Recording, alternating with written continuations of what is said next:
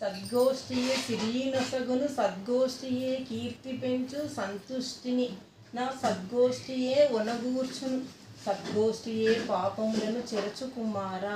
ఏంటి సద్గోష్ఠి అంటే మనం మంచి వారితోని లేకపోతే పండితులతో మనం ఏంటి స్నేహం చేసామనుకోండి, అప్పుడు మనకు అది ఎలా ఉంటుంది, సంపదనిస్తుంది.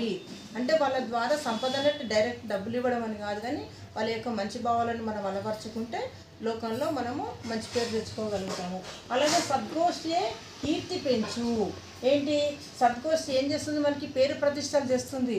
ఓ పలాని వాళ్ళు మంచి చదువుకున్నారు, మంచి ఉద్యోగం చేస్తున్నారు, లేకపోతే మంచి ప్రవర్తన ఉంది అనేది కీర్తిని పెంచుతుంది. అలాగే సద్గోష్ఠియే వనగూర్చు. ఏంటి ఎవరిస్తారు సద్గోష్ఠి అంటే కీర్తి ప్రతిష్టలు అనేది మనకి సద్గోష్ఠి వల్ల అంటే మంచి వారితో స్నేహం చేయడం వల్ల మనకి వస్తుంది. అలాగే సంతుష్టి తృప్తినిస్తుంది. మనకి చదువు కూడా ఏమిస్తుంది, మనకి సద్గోష్ఠి అంటే మంచి వారితో స్నేహం చేయడం వల్ల మనము సంతృప్తి కూడా మనకి కలుగుతుంది. అలాగే సద్గోష్ఠి పాపములను చెరచు కుమారా. ఏంటి పాపాలను కూడా మనము మంచి వారితో చేయడం వల్ల ఏంటి మంచి తొలగిపోతాయి. అంటే మనము అంతకుముందు ఏదైనా చెడు భావనలు ఉన్నా కానీ వాళ్ళు మంచి వాళ్ళతో చేయడం వల్ల మన ప్రవర్తన మంచి ఆటోమేటిక్గా మారిపోవడం వల్ల మనకు అన్ని పాపాలు కూడా తొలగిపోతాయి కుమారా.